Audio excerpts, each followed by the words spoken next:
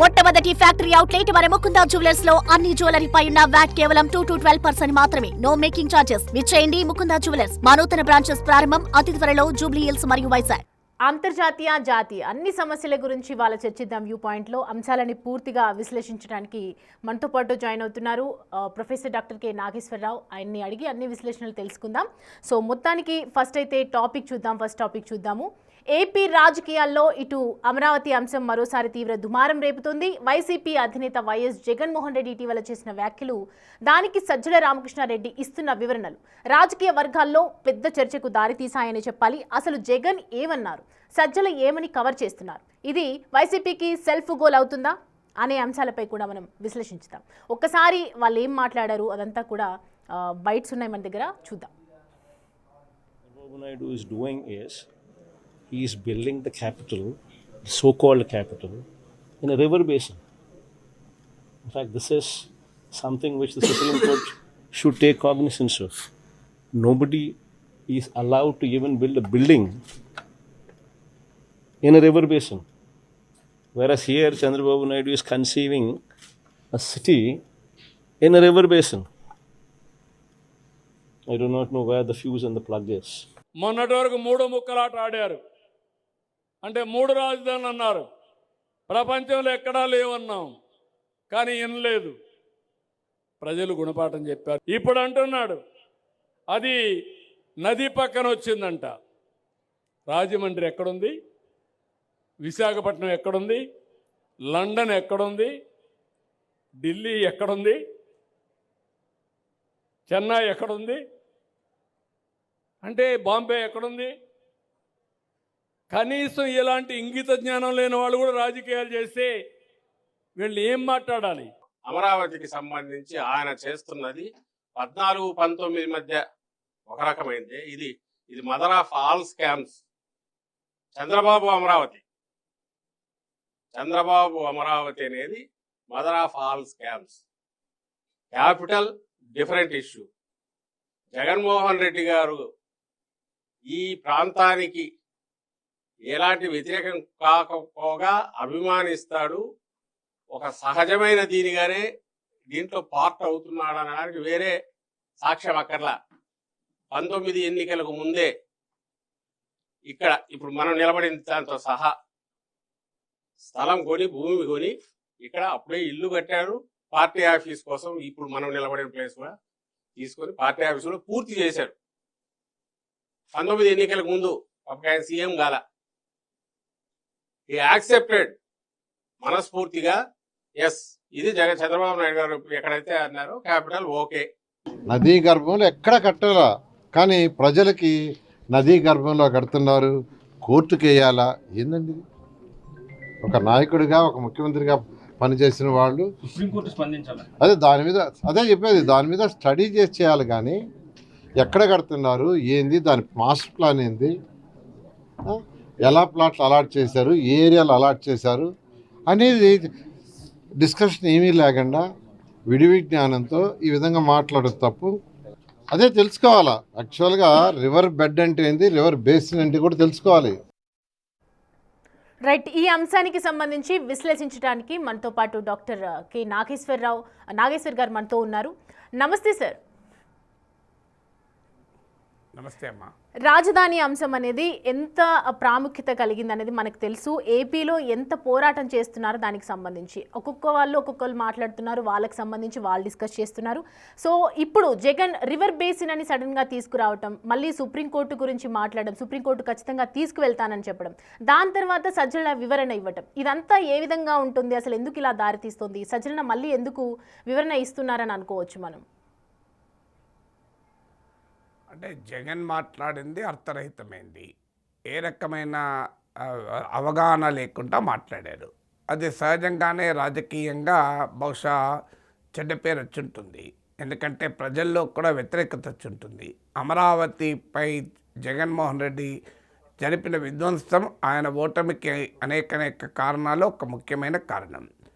అది బహుశా కొన్ని గంటల్లోనే వైఎస్ఆర్ కాంగ్రెస్కి అర్థమైనట్టుంది. అందుకే ఇప్పుడు సజ్జల వచ్చి క్యాపిటల్ ఇది డిఫరెంట్ క్వశ్చన్, ఆయన ఎప్పుడూ వ్యతిరేకించలేదు అమరావతిని, చంద్రబాబు అమరావతి క్యాపిటల్ అనగానే మనస్ఫూర్తిగా అంగీకరించారు. ఈ చిత్రం చూడండి మీరు. అసలు చంద్రబాబు బైటు, నారాయణ బైట్లు ఇవన్నీ ప్లే చేశారు. వాస్తవంగా అయితే Jagan byte, Sajjala byte play చేస్తే సరిపోతుంది కంపారిజన్గా. జగన్ ఏమంటున్నాడు, సజ్జల ఏమంటున్నాడు? సజ్జల క్యాపిటల్ అనేది క్వశ్చనే కాదు, క్యాపిటల్ జగన్ ఆమోదించాడు, మనస్ఫూర్తిగా ఆమోదించాడు. తాను ఇక్కడ ఇల్లు కట్టుకున్నాడు 2019 కన్నా ముందే, పార్టీ ఆఫీస్ కట్టాడు. ఇష్యూ వల్ల అమరావతి పేరిట చంద్రబాబు జరుపుతున్న స్కామ్ అని. జగన్ మాట్లాడిన దాంట్లో స్కామ్ ఇది అన్న పదం వాడాడు, కానీ అదొకటే వాడాడా? ఇది రివర్ బేసిన్లో పెడుతున్నాడు అన్నాడు. నేను నిన్ననే చెప్పాను, నిన్న మాట్లాడినప్పుడే రివర్ బేసిన్ వేరు, రివర్ బెడ్ వేరు. జగన్మోహన్ రెడ్డి రివర్ బెడ్ను రివర్ బేసిన్ కలిపి మాట్లాడాడండి. సో రివర్ బెడ్ వేరు, రివర్ బేసిన్ వేరు, రివర్ షోర్ వేరు. సో నదీ గర్భం వేరు, నదీ ఒడ్డు వేరు, నదీ పరివాహక ప్రాంతం వేరు. ఈ మూడు వేరు వేరు. సో నదీ పరివాహక ప్రాంతం చాలా విస్తృతమైంది, విస్తారమైంది. రైట్, చూస్తున్నాం కదా, ఒకవైపు అనేక రకాల క్వశ్చన్స్ అయితే రేజ్ అవుతున్నాయి. ఇటు డాక్టర్ ప్రొఫెసర్ నాగేశ్వర్ కూడా చెప్పింది అదే అంశానికి సంబంధించి ఒక అవగాహన లేకుండా మాట్లాడుతున్నారైనా. ఎందుకంటే రివర్ బేసిన్ అనే దానికి ఇటు పర్యావరణాన్ని ఒక లింక్ చేయటం అనేది కూడా కరెక్ట్ కాదని చెప్పి ఆయన చెప్తూ ఉన్నారు. అండ్ అక్కడ నిర్మాణాలు శాస్త్రీయంగా సరైనవి కావని అని వాళ్ళు అనుకుంటున్నారా ఏంటో తెలియదు, కానీ ఒకవైపు అవగాహన లేకుండానే వీళ్ళు మాట్లాడుతూ ఉన్నారు. రాజధానికి అంశంకి సంబంధించి అనేక మంది పెట్టుబడులు కూడా పెట్టడానికి ఎంతోమంది కూడా వస్తూ ఉన్నారు ఇక్కడికి. దాన్ని ఒక చక్కగా రూపొందిద్దాం అని అనుకుంటున్నటువంటి టైంలో ఇలాంటి ఆరోపణలు చేయటం, ఇలా సుప్రీంకోర్టుకి తీసుకువెళ్ళటం, ఇదంతా కూడా ఒక అవేర్నెస్ లేకుండా మాట్లాడుతున్నటువంటి మాటలే అని చెప్పి నాగేశ్వరరావు చెప్తున్నారు. అండ్ ఈ వ్యాఖ్యలతో ఇటు 3 రాజధానుల నిర్ణయం ఏ విధంగా ఉంటుంది, ఆయన కావాలనే జగన్ దాన్ని సమర్థించుకుంటున్నారా, అసలు ఇలా జగన్ చేసినటువంటి వ్యాఖ్యలతో ఎవరికైనా చిక్కులు వచ్చే అవకాశాలు ఉన్నాయా, అసలు కూటమి ప్రభుత్వం దేని పరంగా ముందుకు వెళ్తుంది, సజ్జలు చేసినటువంటి ఈ కవరింగ్ ఎందుకు అంటే ఒకవైపు ఖచ్చితంగా అంత నేషనల్ మీడియాలో మాట్లాడినటువంటి మాటలు జగన్ ఒకవైపు రాజధాని అంశంకి సంబంధించి డైరెక్ట్గా సుప్రీంకోర్టు తీసుకువెళ్ళాలి అని చెప్పి ఆయన మాట్లాడినటువంటి మాటలు వెంటనే దాన్ని కవర్ చేసే విధంగా ఇటు సజ్జల వివరణ ఇవ్వటం, ఇదంతా కూడా అనేక రకాలుగా రాజకీయంగా చర్చనీయాంశంగా మారుతుందని చెప్పాలి. ఎందుకంటే అమరావతిని రివర్ బేసిన్ అని ఎందుకు జగన్ తీసుకొస్తున్నారు పదే పదే అనేది కూడా ఒకవైపు కోర్టుల చుట్టూ ఈ అమరావతి అంశాన్ని తిప్పితే ఒకవైపు ఈ రాజధాని అంశం ఇంకా ప్రొలాంగ్ అవుతుంది. ఎందుకంటే గత కొంతకాలంగా కొన్ని రోజులుగా కొన్ని సంవత్సరాలుగా ఇటు రైతులందరూ కలిసి పోరాటం చేసి ఎన్నో భూములను వాళ్ళు త్యాగం చేసి రాజధాని మంచిగా ఏర్పడుతుంది, మనందరికీ మంచి జరుగుతుంది, ఏపీకి మంచి జరుగుతుందని ఒక ఉద్దేశంతో ఇవాళ రాజధాని అంశానికి సంబంధించి ఎంతోమంది ముందుకు వస్తున్నటువంటి సమయం కనిపిస్తోంది. ఇలాంటి టైంలో మళ్ళీ అమరావతి గురించి ఇలా మాట్లాడటం ఇదంతా కూడా దేనికి దారి తీస్తోంది అనేది చూడాలి. He is building the capital, so-called capital, in a river basin. In fact, this is something which the Supreme Court should take cognizance of. Nobody is allowed to even build a building in a river basin. Right, doctor professor K Nageshwar మనతో అందుబాటులో ఉన్నారు, మళ్ళీ rejoin అవుతున్నారు ఆయన. Sir నమస్తే అండి. Sir మాట్లాడుతున్నాము ఇందాక మొత్తం ఇప్పటిదాకా మనం మాట్లాడిందంతా కూడా వింటున్నాము. అకార్డింగ్ టు వైసీపీ పార్టీ మొత్తం కూడా ఒకవైపు దీన్ని తప్పుదోవ పట్టించాలని చూస్తూ ఉన్నారు, అవేర్నెస్ లేకుండా మాట్లాడుతున్నారు అని మీరు చెప్తూ ఉన్నారు. మధ్యలోనే డిస్కనెక్ట్ అయింది సార్. అంటే ఇక్కడ మనకు జగన్మోహన్ రెడ్డి చేసిన వ్యాఖ్యల్లో అవగాహన రాహిత్యానికి పరాకాష్ట ఏంటంటే river basin, river bed, river shore, ఈ మూడు వేరు వేరు. నదీ గర్భంలో రాజధాని కడుతున్నారు అని ఆయన ఉద్దేశం, కానీ వాడిన పదం రివర్ బేసిన్ అని. తర్వాత సీఎం ఎక్కడుంటే అక్కడ రాజధాని అని. సీఎం ఎక్కడుంటే అక్కడ రాజధాని కాదు, గవర్నమెంట్ ఎక్కడుంటే అక్కడ రాజధాని అవుతుంది. గవర్నమెంట్ ఉన్న చోట సీఎం ఉంటాడు, అది head of the government.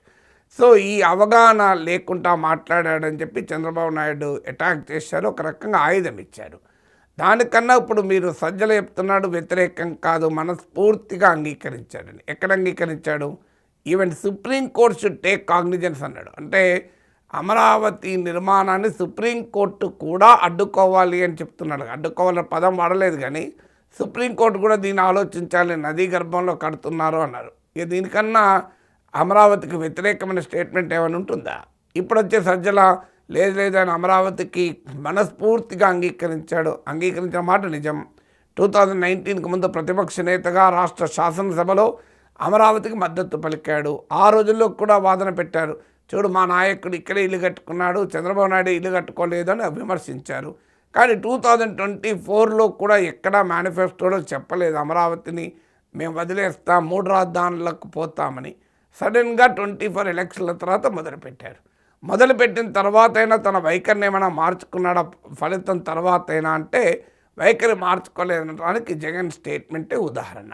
So Jagan ప్రకటన ఏంటి, అది సుప్రీంకోర్టు కూడా పరిగణలోకి తీసుకోవాలి అన్నాడు. సో ఇది రివర్ బేసిన్లో కడుతున్నారు, ఇది అందువల్ల ఇది నది సుప్రీంకోర్టు ఆలోచించాలి అన్న తర్వాత ఇంకేమైనా ఉంటుందా? తర్వాత సీఎం ఎక్కడుంటే అక్కడ రాజధాని అంటే ఏంటిది, తిరిగి 3 రాజధానుల ముచ్చటే కదా. ఎందుకంటే 3 రాజధానులను జగన్ ప్రతిపాదించినప్పుడు కూడా ఇదే ఆర్గ్యుమెంట్ పెట్టాడు, సీఎం ఎక్కడుంటే అక్కడ నేను వైజాగ్ నుంచి ఆపరేట్ చేస్తాను అని. సో కొత్తగా ఏమీ అనలేదు. తర్వాత అమరావతి పైన 1,00,000 కోట్లు పెట్టడం ఎందుకు అని గతంలో అన్నాడు, ఇప్పుడు కూడా అన్నాడు. సో సజ్జల మరి ఎందుకు ఈ వివరణ ఇవ్వాల్సి వస్తుంది? వితిన్ 24 అవర్స్ 24 గంటలు తిరగక ముందే సజ్జల వివరణ ఇచ్చి కంప్లీట్లీ డిఫరెంట్ వర్షన్. ఇప్పుడు మీరు జగన్ అన్నది సజ్జల అన్నది పక్కన పెడితే అర్థమైపోతుంది కదా, సంబంధమే లేని వర్షన్ కదా. జగన్ ఏమో క్లియర్గా సుప్రీంకోర్టును రంగంలోకి దించాలని, అసలు ఎక్కడ కూర్చుంటే ముఖ్యమంత్రి అక్కడే రాజధాని అని, 1,00,000 కోట్లు ఖర్చు పెట్టడం దేనికని, ఇవన్నీ ప్రశ్నలు వేసినటువంటి జగన్మోహన్ రెడ్డి సజ్జలేమో మనస్ఫూర్తిగా అంగీకరించాడు. అసలు క్యాపిటల్ క్వశ్చనే కాదు, మేము స్కామ్ గురించే మాట్లాడుతున్నాం అంటే అర్థం ఏంటి? జగన్ ఖండిస్తున్నాడు సజ్జల ఖండిస్తాడా? ఖండించడు. కానీ జగన్ స్టేట్మెంట్ వల్ల వచ్చిన పొలిటికల్ కాన్సిక్వెన్సెస్, నేను ఇంతకుముందే పొద్దున్న కూడా మాట్లాడుతూ అన్నాను, చంద్రబాబు నాయుడుకి ఆయుధం ఇస్తున్నాడు జగన్ అని. జగన్మోహన్ రెడ్డి సెల్ఫ్ గోల్స్ వల్ల చంద్రబాబు నాయుడుకు కూటమికి ఆయుధాలు వస్తుంటే దానికి మళ్ళీ డ్యామేజ్ కంట్రోల్ యాక్టివిటీ లాగా సజ్జల రంగంలోకి దిగి ఆ నష్ట నివారణ చర్యలు మొదలుపెట్టాడు. ఇదేమి కొత్తనా అనుకుంటే సరిగ్గా మీకు విశాఖలో అప్డేట్ సందర్భంలో కూడా ఇదే రకమైన తప్పు వైఎస్ఆర్ కాంగ్రెస్ చేసింది. ముందు వైసీపీ నేతలు దీన్ని తీవ్రంగా విమర్శించారు. డేటా సెంటర్ వల్ల పర్యావరణానికి దెబ్బ తగులుతుంది, చెట్లు ఉండవు, నీళ్ళు ఉండవు, డేటా సెంటర్ వల్ల ఉద్యోగాలు రావు అంటూ పెద్ద ఎత్తున అటాక్ చేశారు. మీకు సాక్షి మీడియాలో చర్చలు వార్తలు రాశారు. సడన్గా ఆఫ్టర్ కపుల్ ఆఫ్ వీక్స్ అనుకున్నా 1 వీక్ 2 వీక్స్ తర్వాత జగన్మోహన్ రంగంలో దిగి అసలు ఈ డేటా సెంటర్ మా హయాంలోనే వచ్చింది, మేమే కదా తీసుకొచ్చింది, డేటా సెంటర్లకు మేము వ్యతిరేకం కాదు అని మాట్లాడాడు. సో వైసీపీ నేతలు వ్యతిరేకమని చెప్పి రోజుల తరబడి సాక్షిలో రోజుల తరబడి వార్తలు రాసి సాక్షి టీవీలో చర్చలు జరిపి మళ్ళీ మేము డేటా సెంటర్ వ్యతిరేకం కాదు, అసలు క్రెడిట్ మాకే రావాలి, అదాని మా హయాంలోనే డేటా సెంటర్ పెడతానని వచ్చాడు, ఇప్పుడు కాస్త యాడ్ అయింది గూగుల్ మాత్రమే అంటూ సమర్థించాడు. అంటే ఎందుకు అంటే Google hub data centre Google hub data centre రావడం అనేది కూటమి ప్రభుత్వానికి ఒక పాజిటివ్ వైబ్రేషన్ ఇచ్చింది.